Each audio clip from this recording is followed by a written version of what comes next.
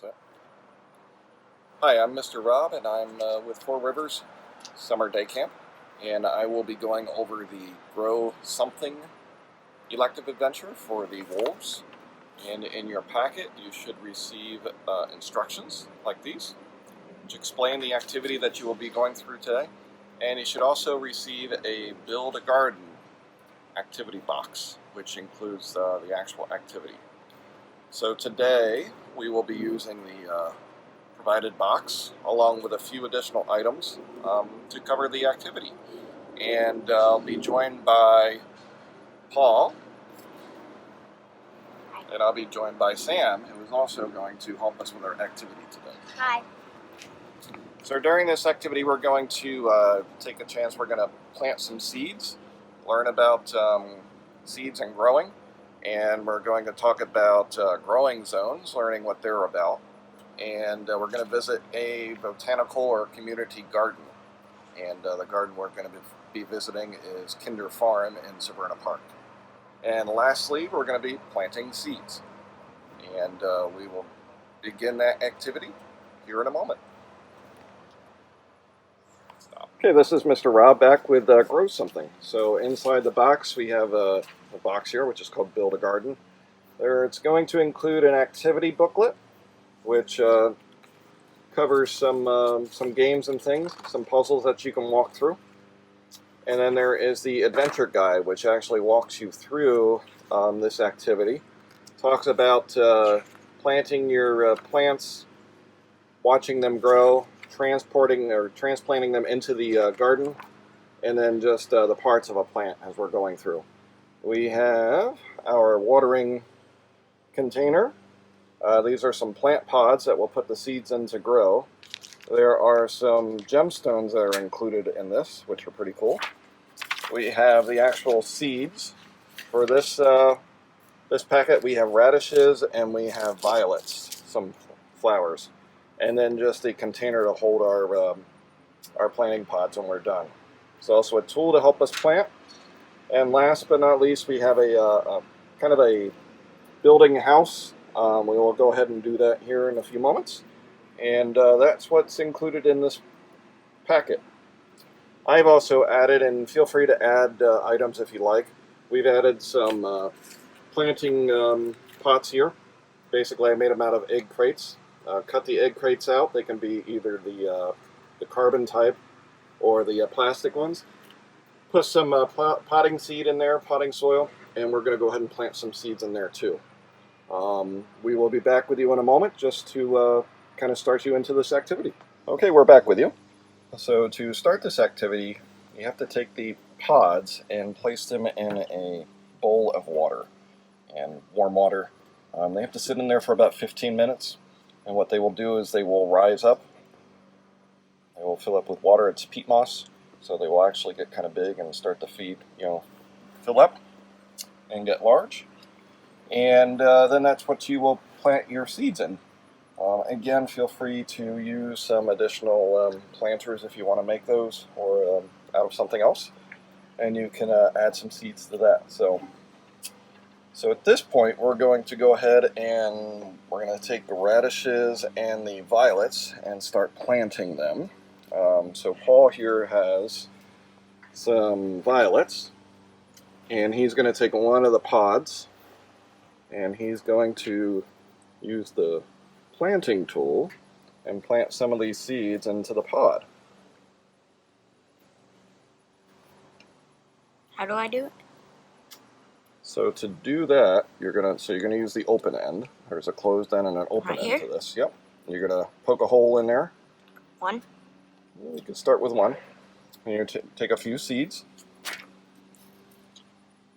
And you want to take a few and drop them in there, not just one, because they may not germinate, which we'll talk about that. And if they don't germinate, they won't turn into a plant. Germinate means that they'll actually start to grow. So Paul's got a few in there. Use your tool to kind of push them down in there. Use the other end. Other end. If you use the long flat end, that will help push them down into the pod.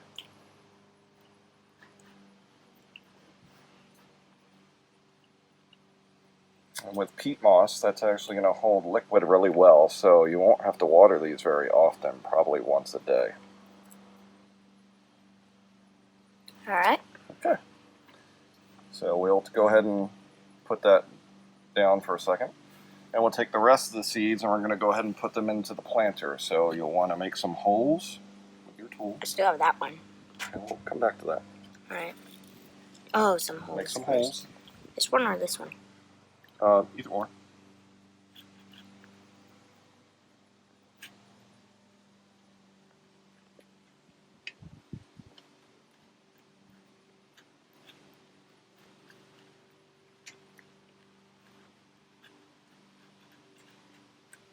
Alright. And after he makes a few holes, we're going to go ahead and Paul's going to take the rest of the seeds and put them in. Go ahead and fill up 2 of them. We'll use the other 2 for radishes.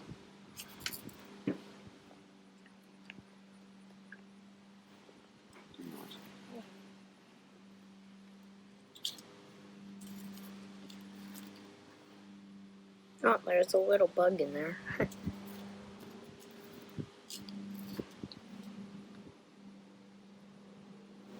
Almost done. And that's good, I think. Okay, at that point you can kind of cover them over, cover the holes over. Yeah. Oh, yeah. We'll just use this then. And that kind of covers the violets. So we're going to go ahead and do the radishes, do the same thing with the radishes here in a second. We'll be right back. Okay, we're back. We're going to cover the radishes here. Sam's going to go ahead and do this one. So he's going to start off with the peat moss pot. He's going to poke a hole in there, create a hole. And he's going to add some radish seeds. These ones are a lot bigger, so they should be a little easier to throw into that hole.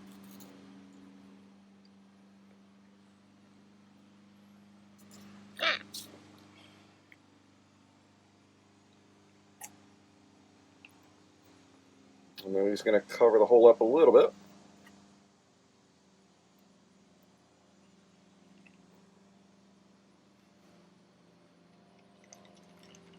And then that does it for your pods. So we've got our violet pod here and our radish pod there. Sam's going to take the last bits and do these 2 spots. Same thing, just going to create a hole. Grab a half dozen seeds, about 6 seeds, put them in each hole. And cover them up.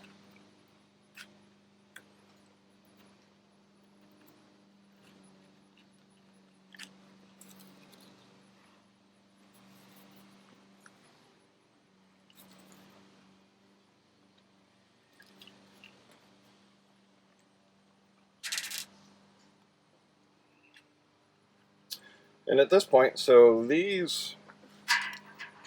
peat moss should be pretty wet, so you won't have to water them today. You will want to put them into the plastic tray so that the water stays kind of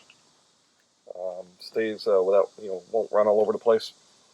And you can also leave them in that tray and put water in that tray. The peat moss will soak that water up. Since these ones are just planting soil, we're going to go ahead and have Sam put some water on all 4 of them. So go ahead and just give it a good squirt.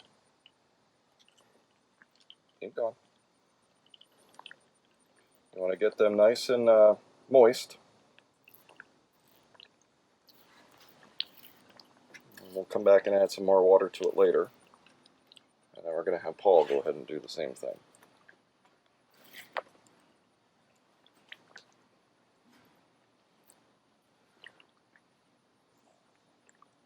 So that's what we have for planting seeds. So we talked about germination. So that's when they actually turn from seeds into a plant. So what do you think a plant needs? What do you think a plant needs to grow? What do you need? You need sunlight, water. Water. What else? And somewhere to plant them. Somewhere to plant them. Here we have soil. And there's one more thing. What's in that soil? Dirt.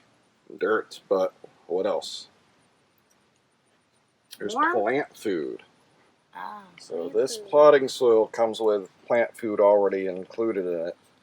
And if you plant them outside, oftentimes there's minerals and organic material in your soil that will help them grow. So you need sunlight, you need water, you need dirt, the soil itself, and you need plant food. And then you will have germination there. So and once they germinate, then you start to have plants. So we will talk about that portion here and come back to you here in a second. Okay, so we're back with you now.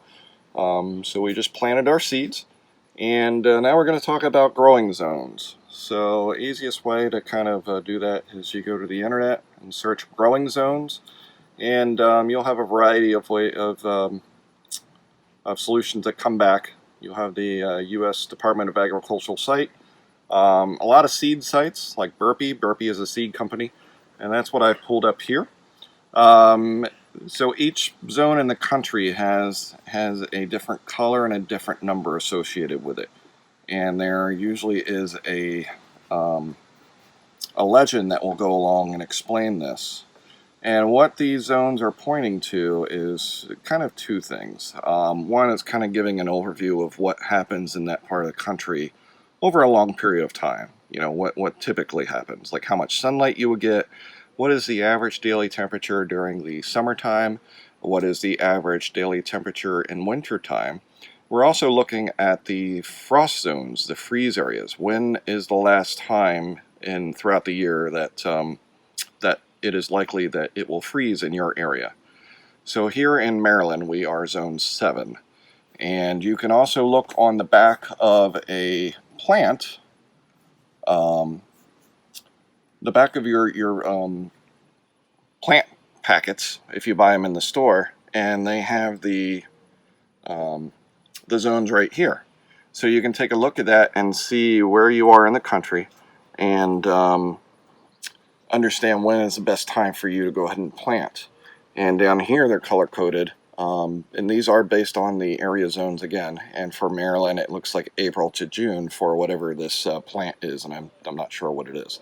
But that's the best time for planting these seeds outdoors. Also along in the back, you'll see days to germination. We talked about that. So germination being when it turns from a seed into an actual plant, and you'll see something popping up out of the ground. There's also in there the depth to sow. So how deep do you want to plant your seeds in the ground? How far apart do you want to plant your seeds so that when your plants come up, you'll have spacing between your plants? How far between the different rows? Typically you plant your seeds in a row, and how far apart do you want the separate rows across in your garden? And then from how many days do you have from when you planted to when you actually have something to harvest, something that you can pick, like tomatoes or potatoes or any other vegetable that you might be growing in your garden. So that's what you'll find on the back of your seed packets. And that's basically looking for your growing zone. When is the best time to plant, and how cold will it get? We will be back with you in a second, and we will talk about basically the growing cycle. Okay, we're back with you again, and for this part we're going to talk about the growing cycle, basically from when the plant germinates and goes from a seed to becoming a plant, and you see some life popping up out of the ground. So for this requirement, it typically would take 30 days. That's what the requirement is asking for, and that you would document what happens, basically make a drawing or take a picture of what happens to your plant over those 30 days. I think 1 week at a time is probably enough because your plants won't grow too fast. But check in on them once a week, and kind of take a picture or draw what you see. So in this case, since we're kind of short on time, I had Paul and Sam draw exactly what would happen to their plants when they grow. So Paul's going to show you his plant. He grew. What did you grow? I think I grew tomatoes.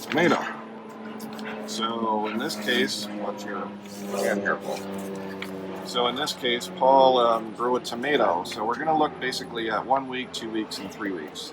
So at the 1 week time frame, we see his plant popping up out of the ground. Again, there's the sun coming down on it and giving it nourishment. And you're really just going to see kind of a little bit of greenness popping up out of the ground. At week 2, you might see 2 or 3 leaves kind of popping off, and you'll start to see some, some growth. It'll start getting a little bit thicker, the stalk itself. And then by week 3, or possibly a little later, you'll start to see multiple leaves popping out. And the things you'll definitely be able to tell that your plant is taking to the grounding, and it will start to grow pretty well. So then we're going to go look at Sam, and Sam did a potato. And in the potato, so I'm going to stand up because of the sun. In the potato case, we have the potato is right here in the ground in week number 1. So the potato is a spud that we stick underground. Basically, you make potatoes out of potatoes. So those little eyes that pop off, that's what you will see here, these little green pieces that are popping up out of the ground. You will see the same thing like a tomato. Maybe a little leaf or a little green stem will start sticking out the first bit when it's ready to grow. And then you'll start to see 2 or 3 limbs starting to pop out, a few leaves coming out. And that's where you have multiple stems starting to come out of the spud underground. Later in the growing cycle, towards week 3, probably later, it'll actually start to become a bush almost unto its own. Again, feeding out that original spud underground, but then you'll start to have other stalks coming off underground, roots basically, and on each one of those roots you'll start to have individual potatoes growing. And this green part up top will start to get a lot more brighter, a lot more colorful. There will be a lot more stalks coming off of it. So that's what you'll want to see when you're growing a potato underground. This also will apply to radishes, which we planted in our seed kit here. It'll also apply to anything else that grows underground, carrots and things like that. So at this standpoint, we will be back with you here shortly. And we're going to go ahead and visit our community garden over at Kinder Farm in Severna Park. Hi, it's Rob again, and we are now at our community garden here at Kinder Farm in Severna Park. So at this garden, there's people have different spots where they can grow plants. It could be flowers, they could be vegetable plants. In this garden specifically, there's a lot of flowers in here. You can see that they're good for the butterflies. And there's some bees around in here. There's black-eyed Susans, there's zinnia. There's quite a few different variety of flowers in here. This individual likes to plant flowers and watch them grow. So that's a great opportunity here to kind of understand about flowers, how they grow, and the animals that interact with them. In other parts of the garden here, we'll take a look. You also have vegetables, so we will go ahead and take a look at those in a second. See you in a few. Hi, it's Rob again, and here we are in another community garden where there are a lot of vegetables here. So we have tomatoes that are being grown over here. Actually, some pretty large tomatoes, really, really nice looking. Looks like we might have some cucumbers down in here, and some sunflowers. We've got herbs over here, some basil that's growing. And it looks like there were probably some lettuce plants here before. We're a little bit out of season for the lettuce at this point. And then going in towards the back, looks like some radishes and beets back in here. And got a variety of some other tomatoes back over on the side here. Some blackberries and raspberries over here. So there's a lot of a variety. Oh, there we go. Blackberries. There's our farmer right here. Would you like one? Sure. Have 1 or 2. Thank you. Yeah, sure. Thank you. Sure. Thanks. Awesome. Thank you. Sure. So that's what you get out here at the community garden. There's a lot of folks that come out and like to do gardening, like to spend their time out here, and it's a very nice time to kind of get your hands in the dirt and see what there is going on with Mother Nature. I hope you had a good time with this activity, and we will catch up with you very shortly. Hi, it's Rob again, and I hope you had a good time with this activity. I hope your plants will grow. Take a look at those over the coming weeks. Go ahead and document what you're seeing as you're growing, and take pictures or do some drawings on those. And again, I hope you had a good time, good job working through all this, and I hope you had a chance to learn something and take away from this. Congratulations on completing this adventure and earning that belt loop. Have a good time. Bye now.